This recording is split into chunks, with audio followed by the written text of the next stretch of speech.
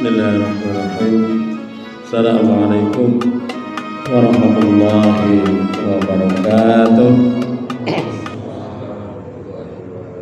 Maka fungsi air itu sangat banyak, antara lain ini kalau di sini ada 8, nanti nyampainya waktu kira-kira tekan nomor pira aja setengah jam nih.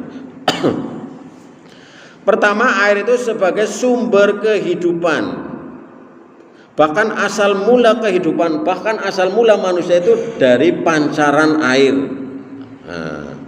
Dari pancaran air. Segala sesuatu yang hidup diciptakan Allah itu ada unsur airnya. Maka di dalam surat Al-Anbiya ayat 30 Allah menyampaikan, ini surat Al-Anbiya ayat 30, wa ja'alna minal ma'i kulla syai'in hayy.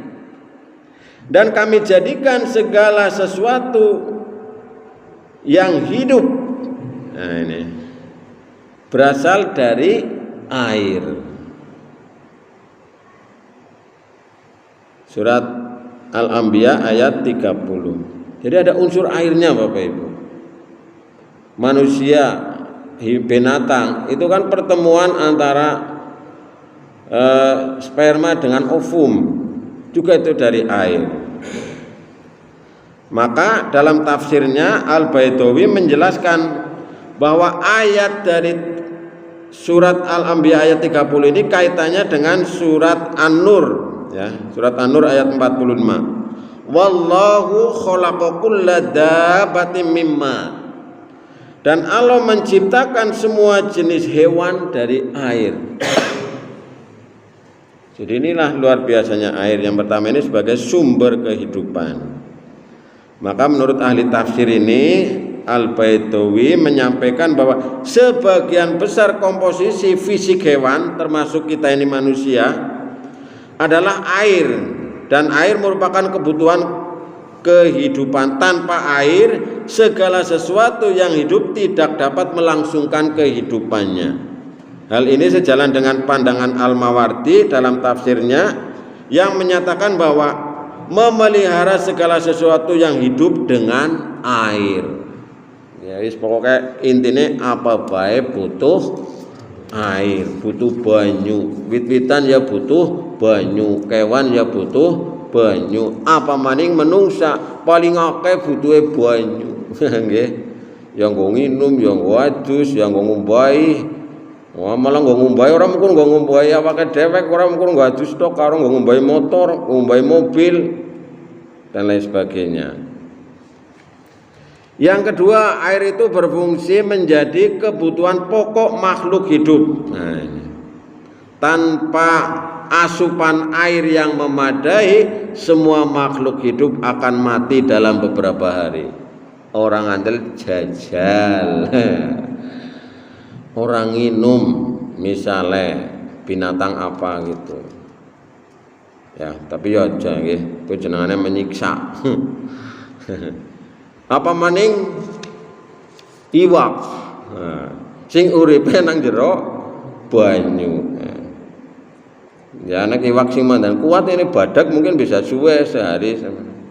Iwak lele nggih, lele sing jaman miyen kaya lele apa jenenge? Iya. Iwak sapu, iwak petik ya. Tapi nek iwak-iwak mbangane iwak blenduk, iwak lunjar, dilabe ya tewas. Dan memang air itu disediakan Allah untuk diminum manusia dan hewan dan untuk menumbuhkan tanaman. Ini luar biasa. Jadi air berfungsi sebagai kebutuhan pokok makhluk hidup. Huwallazi anzala minas samaa'i ma'an lakum minhu syarabu wa minhu syajarun fihi tusimun. Dialah yang telah menurunkan air hujan dan dari langit untuk kamu, sebagaimana menjadikan minuman dan sebagiannya menyuburkan tumbuhan. Padanya kamu menggembalakan ternakmu. Yunbitu lakum bihi zar'a wa zaituna wan nakhila wal a'naba wa min kulli samarat. Dengan air hujan itu dia menumbuhkan untuk kamu tanam-tanaman, pohon zaitun, pohon kurma, anggur dan segala macam buah-buahan. Pokoknya kabeh butuh banyu. Cuma asupan airnya mungkin beda-beda. Ana sih enggak disiram pakaian malah mati. Kadang-kadang kan ana. Tapi dia tetap butuh air dia. Ya. Ini yang kedua. Kemudian yang ketiga, Bapak Ibu Saudara sekalian, air berfungsi sebagai sarana konservasi, pemeliharaan dan perlindungan tanah. Jadi tanah itu harus ada unsur airnya. Kalau tanah tidak ada unsur airnya itu, tanahnya itu menjadi kering, menjadi rapuh. Cara napa nggih? Mboten atos kaya niku lah. Mboten bebeg kaya niku nggih. Bisa mempur nek anu enggak ada unsur airnya itu tanah. Air dapat meningkatkan kualitas tanah dari kering atau tandus menjadi subur. Biasanya lahan-lahan sing subur, tanah yang subur, ladang yang subur itu kan biasanya karena di situ ada unsur airnya, ada unsur kelembabannya. Sehingga bermanfaat bagi kehidupan manusia melalui tumbuh-tumbuhan dan buah-buahan yang dihasilkan. Tandurane dadi pada lemu. Tandurane lemu wae dadi akeh. Di antaranya karena airna. Maka Allah menyatakan ini dalam surat Al-Baqarah ayat 164 dan surat Al-Hajj ayat 5 sebagai berikut ini. Surat Al-Baqarah 164. Wa ma anzalallahu minas sama'i mim ma'in fa ahya bil ardo ba'da mautiha. Apa yang diturunkan Allah dari langit berupa air lalu dengan itu dihidupkannya bumi setelah mati atau kering. Ngesuk sing pada garing ngesuk nek ana udan langsung ces niku. Mukane miyen ana pribahasa bagaikan jamur tumbuh di musim penghujan. Apa yang diturunkan Allah dari langit yaitu berupa air, lalu dengan itu dihidupkannya bumi setelah mati atau kering. Bumine seger maning. Seger pokoknya rasanya nggih ngaruh udan nggih mas sejam bae nggih. Wis pokoke. Siki waktu disiram karo helikopter enteng banyu pira. Mejenang tok misalnya. 17 desa disiram karo helikopter men banyune teles. Nah. Luar biasa Allah. Maka dalam surat Al-Hajj ayat 5 Allah menyampaikan wa tarol ardo hamidatan fa idza anzalna 'alaihal ma'ah tazzat warobat wa ambatat min kulli zaujin bahij. Dan kamu lihat bumi ini kering. Kemudian apabila telah kami turunkan air yaitu hujan di atasnya, hiduplah bumi itu dan menjadikan subur dan menumbuhkan berbagai macam jenis pasangan tumbuhan yang indah. Nek wis diturunkan hujan, wis pokoknya. Yang tadinya pohon-pohon itu layu menjadi segar kembali. Kemudian rumput-rumput juga tumbuh. Nah, inilah keistimewaannya rumput. Ora ditandur pada tukul. Jenengan nandur wit gandul mesti nang pinggire tukul suket. Jenengan nandur wit budin nang pinggire mesti tukul rumput suket. Tapi nang jenengan nandur suket ora bakal tukul budin.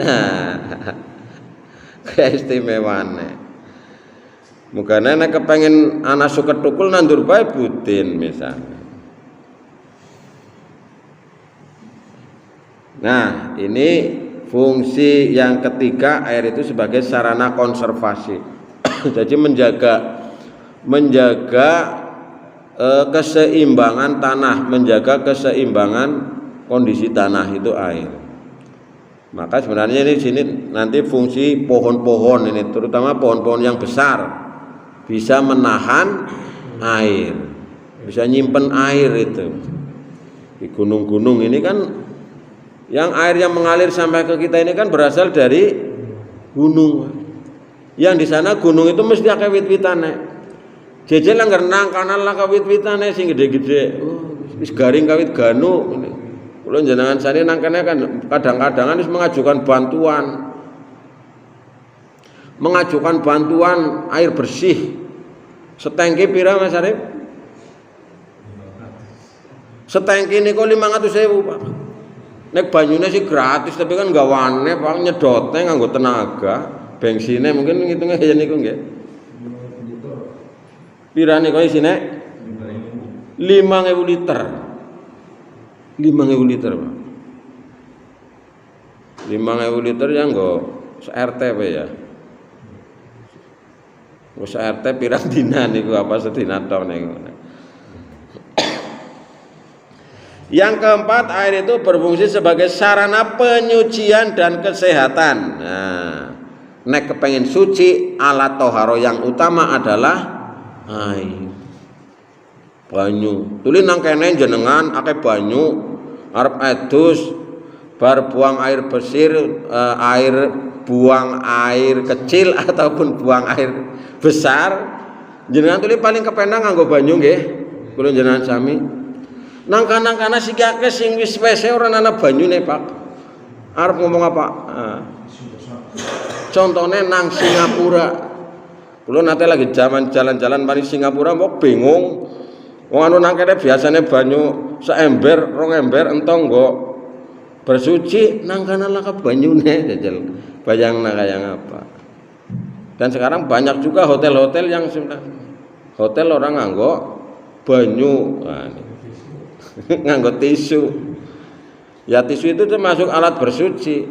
Cuma karena kebiasaan kita nganggo banyu mawi banyune sing akeh. Pokoke ngurung peret ya urung liren ya. Nah niku. Sabun ngono apa. Nah, ini air berfungsi sebagai sarana penyucian dan kesehatan, juga untuk kesehatan. Jenengan arep maem. Biasanya mesti cuci tangan. Cuci tangan biar cukup nganggo banyu tok biasanya karo sabun. Apa maning bar corona ki ya. Mula jenengan saya pokoke sabune sepentong. Sing mien kadang-kadang ora wisu, kadang-kadang ora sabunan mien. Apa maning nang sawah, mung ipik iku tok nang ngaring kalenan kae. Dikirim lagi tandur apa lagi matun apa lagi ndaut. Ya, liren Kang ya niku. Sarap dhisik liren mana. Cik kaya kuwi nang ngaring sawah nggon sing ana legokane ana banyune wis suwe nang kono. Madang. Tapi jere wong-wong madang paling enak kuwi nang sawah. Melebihi makan nang restoran. Sing wis tahu ya bisa ngrasakna nggih. Sing urung tau lho ya jere sapa. Zaman men aja gue Mas Arif ya. Wis wae potongaken sot banget padahal madangnya mukur jangan kangkung karo tempe goreng tok. Nah, ini yang keempat, berfungsi sebagai penyucian dan kesehatan. Wa yunazzilu 'alaikum minas sama'i ma'an liyutahhirakum bihi. Dan Allah menurunkan air yaitu hujan dari langit kepadamu untuk menyucikan kamu dengan air hujan itu.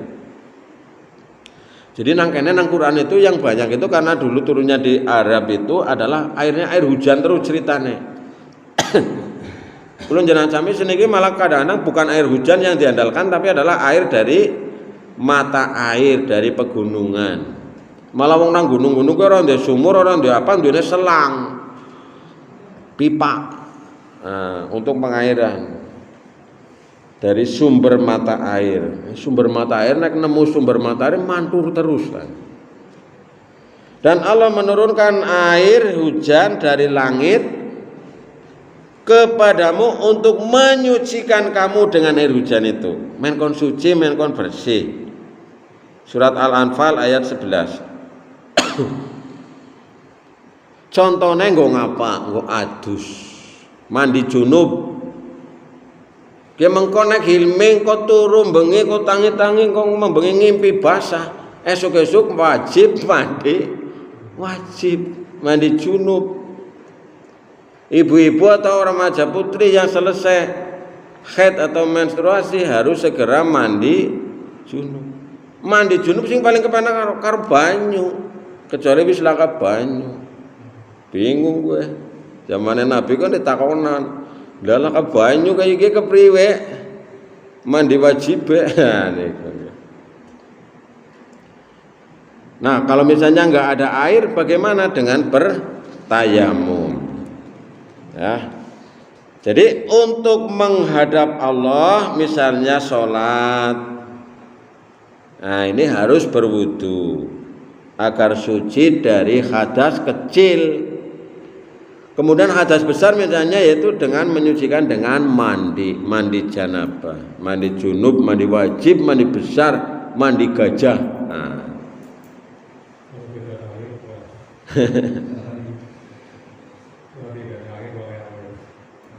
Bagaimana Pak Cek?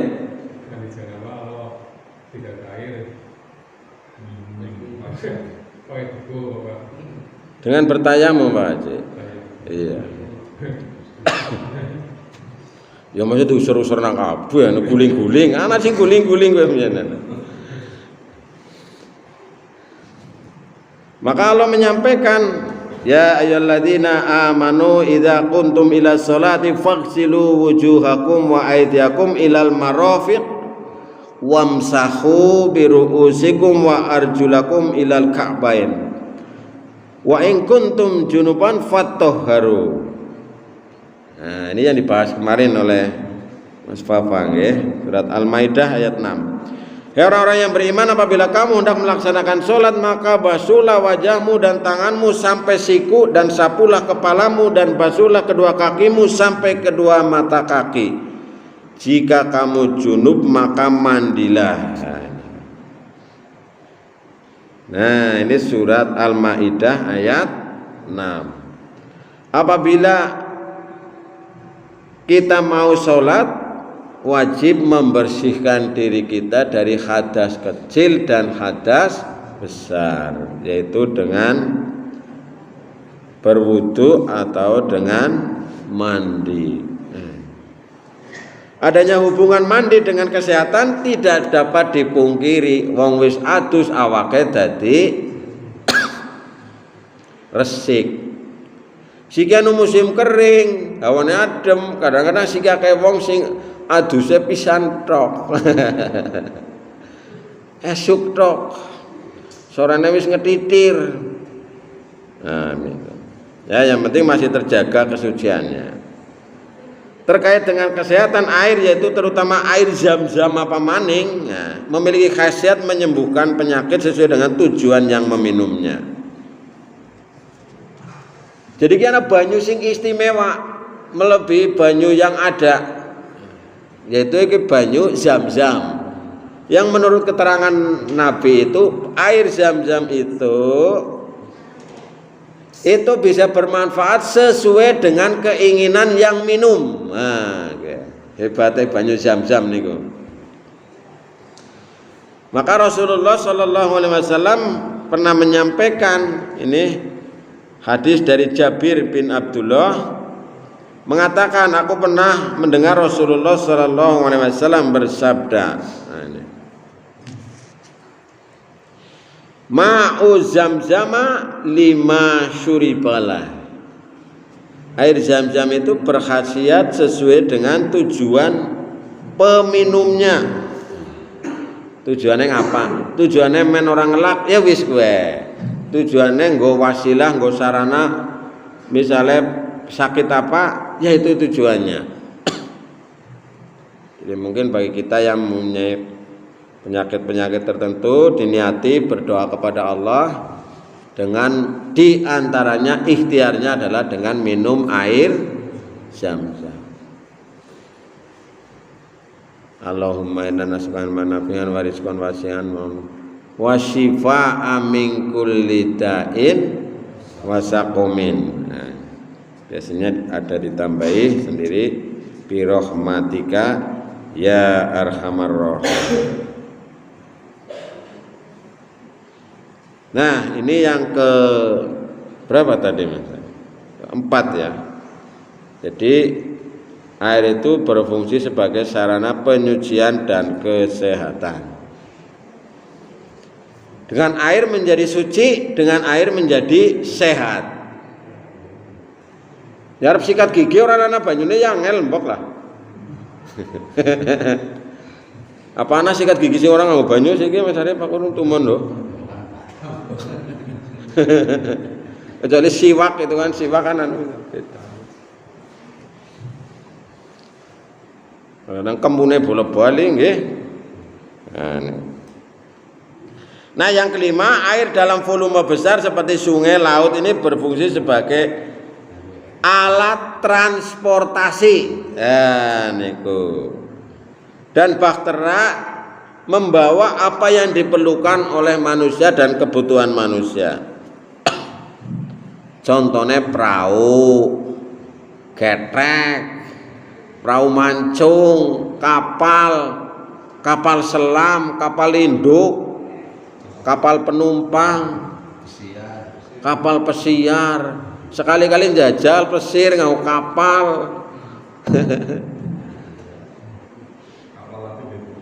Kapal api. Kapal api sementina kayak kopi kapal api. Butuh banyu iya. Kapal sing nang kopi nggih butuh banyu ya masa diuntut di pangan kopi netok. Jadi ini luar biasa ini kapal. Dulu yang banyak perahu di Majenang ini di Cilanggir dulu banyak. Saya juga punya perahu dulu. Saya termasuk pinter getek lho Pak, mbiyen tapi nganggo sing centong, nek sing nganggo gantar sok gelem nguwil, Pak. Nek nganggo centong kula mandan pinterin. Jadi ndek perahu nang banjir, kene nang Ciremeng Cilanggir, Ponjan Kidul, Tegong. Ya wis praun, Pak. Muter-muter mari ngono, mari tengah domae nang bapake mbalek niku. Pemenangi ulah niku wis biasa nek ulah gede gitu. Baya ya pernah itu baya itu biasanya musiman Pak. Nek cara wong Ponjan baya gue ketilik ngumah Pak.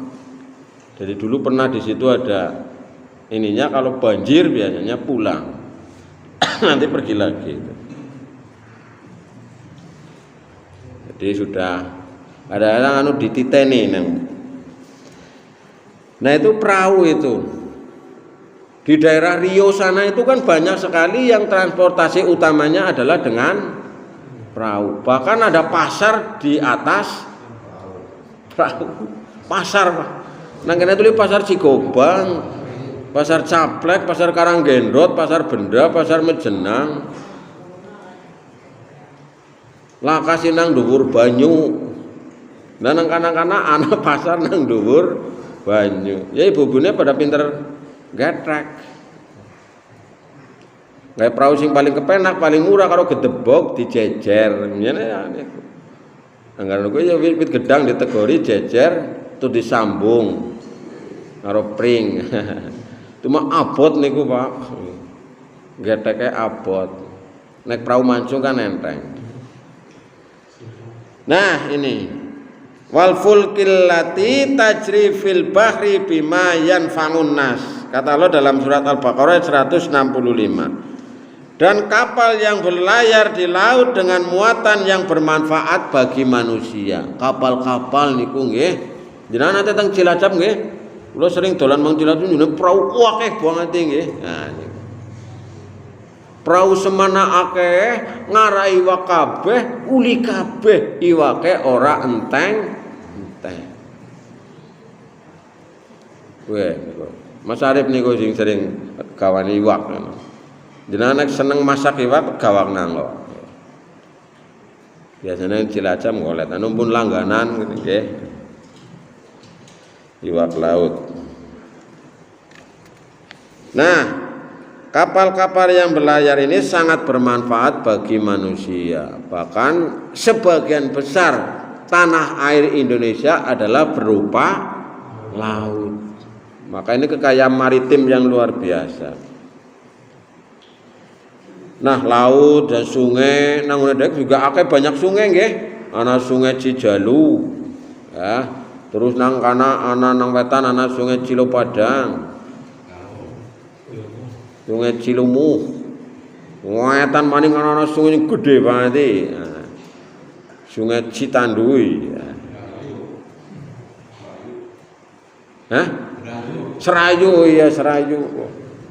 Kali Serayu. Besok lewat niku nek mari Ngadipala utawa ning lewat ngono. Wah mbok banget. Wis mari ngono-ngono jenengan nek kepengin weruh akeh kali, weruh laut sing apik banget iki kaya nang ngaring gambaran nang ngaring kuwe sing paling indah nang dunia lah caraku. Lewat jalur kidul ngana. Jenengan maring Petanahan lewat jalur kidul. Mulai tekan mlebu tekan aring kene ngendi? Kroyang Idul wis pokoke pinggir laut ya Il ya. Nang kana mandeg engko ndeleng laut ya niku. Nah, ini luar biasa Bapak Ibu Saudara sekalian. Jadi laut ini juga habitat yang banyak makhluk membawa manfaat bagi pengembangan dan pelestarian kehidupan manusia. Oke, inilah yang kelima. Jambira ge. Ya, dalam maning 10 menit maning rampung. Yang keenam, air dijadikan sebagai simbol. Air menjadi simbol surga. Banyu gue merupakan salah satu simbolnya surga. Juga simbol ketakwaan dan rahmat Allah Subhanahu wa taala. Surga selalu digambarkan sebagai tempat yang dijanjikan orang yang bertakwa, penuh rahmat karena air yang mengalir di dalamnya. Bahkan nganti bocah cilik nggih pada seneng nek dolanan banyu. Renang nggih, bayar dilakoni. Di antaranya sungai dari air, sungai dari air susu, sungai dari arak. Jadi nggak surga gue anak sungai sing isine arak, sing anggar nginum wonge pada mabok, mendem. Dan sungai dari madu. Nang kene nggolet madu tuh larang banget aku bar tuku kayak sebotol cilik 50.000. Nang surga gue madu sing keindahannya nikmatnya itu melebihi dari yang kita bayangkan itu. Sungai. Nah ini banyak dalam Quran antara lain dalam surat Muhammad ayat 15 nih. Masalul jannatil lati wa'idal muttaqun fiha anharum min ma'in ghairi asin wa anharum min labanil lam yataghayyar ta'muhu wa anharum min khamrin lazzatin lisyaribina wa anharum min asalim musaffa. Perumpamaan taman surga yang dijanjikan kepada orang yang bertakwa, di sana ada sungai-sungai yang airnya tidak payau dan sungai-sungai air susu yang tidak berubah rasanya, mantur susu terus. Dan sungai-sungai khomer, yaitu anggur yang tidak memabukkan, yang lezat rasanya bagi peminumnya, dan sungai-sungai madu yang murni. Surat Muhammad ayat 15. Main ke enggak kajian Mas Arif ke tentang air Mas Arif. Jadi nanti mungkin Mas Arif bisa menjelaskan. Ini penggalangan dana nembeh aku ngerti ya, nggo tuku banyu, Pak. Jadi nanti Lazismu menghimpun dana, nanti bisa lewat masjid-masjid, sekolah-sekolahan. Hari ini suratnya diedarkan. Nanti kalau terkumpul dikirim ke Cilacap, Pak. Cilacap ngoperanti tuku ngedrop banyu ana. Kawunganten hampir tiap hari, Pak. Di Pengamat Jenang sudah mulai pengajuan sumber sari. Di Cimanggu sudah ada kemarin. Padang Sari Ngidul. Toli nang Cikobang anu Perak Cijalo nggih, banjune mambrah-mambrah. Kula sok pamer niki. Ini yang saya bawa air Zam-Zam, Zam-Zam Cikobang. Saking beningnya, Pak. Jadi perumpamaan surga yang dijanjikan kepada orang yang bertakwa itu seperti sungai airnya yang tidak payah, sungai susu sing ora berubah susu terus kemudian khomer ini dalam keterangannya itu anggur tapi yang tidak memabukkan. Jadi air anggur yang tidak memabukkan, yang lezat rasanya bagi peminumnya dan sungai-sungai madu murni, madu asli gawane Gusti Allah. Nang surga ngesuk. Insyaallah besok pada ketemu kabeh nang surga nggih. Nginum pokoke cicipi kabeh hil. Sing penting rajin ibadah nang dunya, besok insyaallah bakal menikmati nikmatnya keindahan surga Jannatun Naim insyaallah, amin ya rabbal alamin. Yang ketujuh, air itu sebagai sarana produksi. Air juga dapat berfungsi sebagai sarana dalam produksi biomasa. Air dalam tanah yang berbentuk lengas diserap oleh akar tumbuhan yang kemudian dialirkan ke daun. Bertemunya air yaitu H2O dengan karbohidrat yaitu CO2 dalam zat hijau daun dan adanya energi matahari, kemudian terjadilah reaksi fotosintesis yang menghasilkan senyawa hidrokarbon. Senyawa hidrokarbon ini kemudian secara fisiologi tumbuhan diubah menjadi berbagai produksi biomasa, misalnya bagian dari kayu. Apa itu? Batang, ranting, dan akar. Jadi sebagai sarana produksi. Angger ora banyu ya lah kagodhonge nggih. Tukul sedela pada mati. Kemudian daun, bunga, buah dan bijinya. Nah, fungsi produksi ini digambarkan dalam Quran, ini antaranya dalam surat Yasin ayat 80, allazi ja'ala lakum minasyajaril akhdari narun fa idza antum minhu tuqidun. Yaitu Allah yang menjadikan api untukmu dari kayu yang hijau, maka seketika kamu nyalakan api dari kayu itu. Jadi untuk produksi. Jadi karena air itu sebenarnya, termasuk tumbuh-tumbuhan juga sayur-sayuran. Oh, sayuran apa maning kan? Sayuran butuh kelembaban tertentu, butuh kondisi tertentu, kadang-kadang tidak selalu kena matahari, ada yang harus terkena sinar matahari dan seterusnya. Jadi air sebagai sarana produksi. Nah, sing bisa jelas lagi ahli biologi kayak Mas Ali.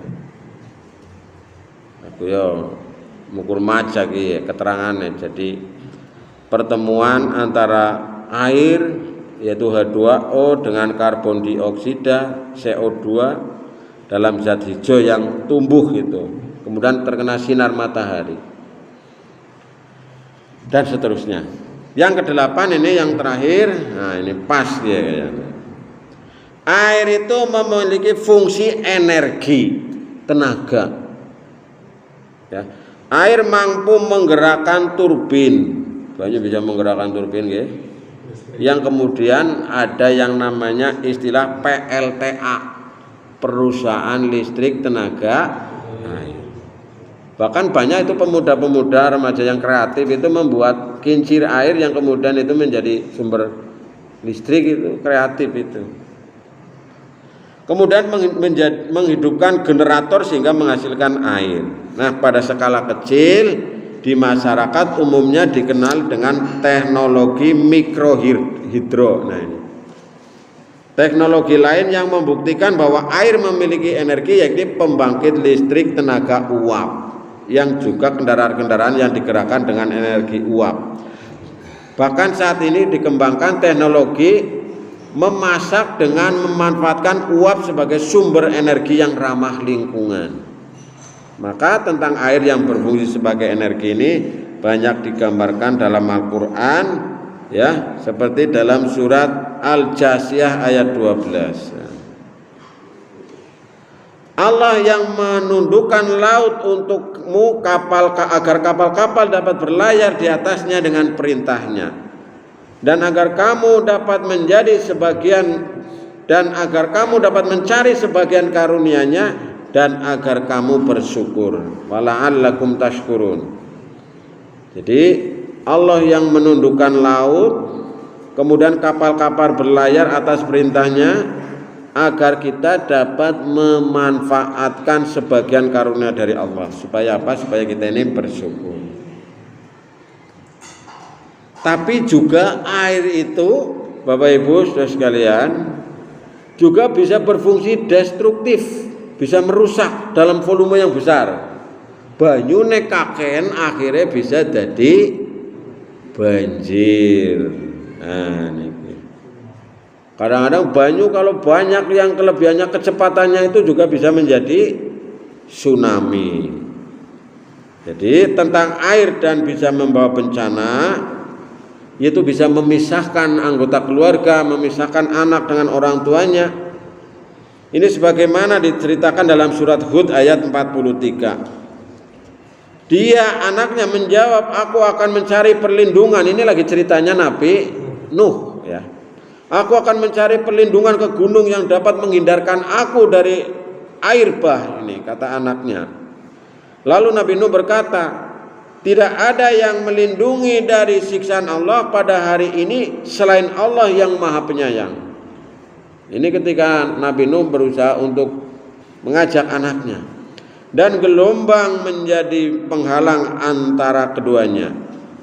Nah, ini air pada saat kondisi seperti ini, air bisa berubah menjadi bencana. Maka dia, yaitu anak itu, termasuk orang yang ditenggelamkan. Fakana minal mughraqin. Ini apa? Air, Pak, air yang banyak. Nah, ini diantaranya air. Maka biasanya orang-orang di tepi laut, di tepi pantai yang ombaknya besar itu, merasa takut dengan laut, merasa kagum dengan laut. Ada yang sampai kemudian menganggap bahwa ada penjaga laut, ada penguasa laut yang kemudian diberi sesuatu atau dipundi-pundi atau dipertuhankan. Nah, ini yang tidak boleh. Maka Bapak Ibu saudara sekalian, ini perlu kita waspadai, kita pahami. Yang kadang air itu bisa juga, jika sudah terkontaminasi, bisa menjadi racun. Contohnya banyu sing diportas, iwake pada mabok nggih, suwe-suwe pada mati.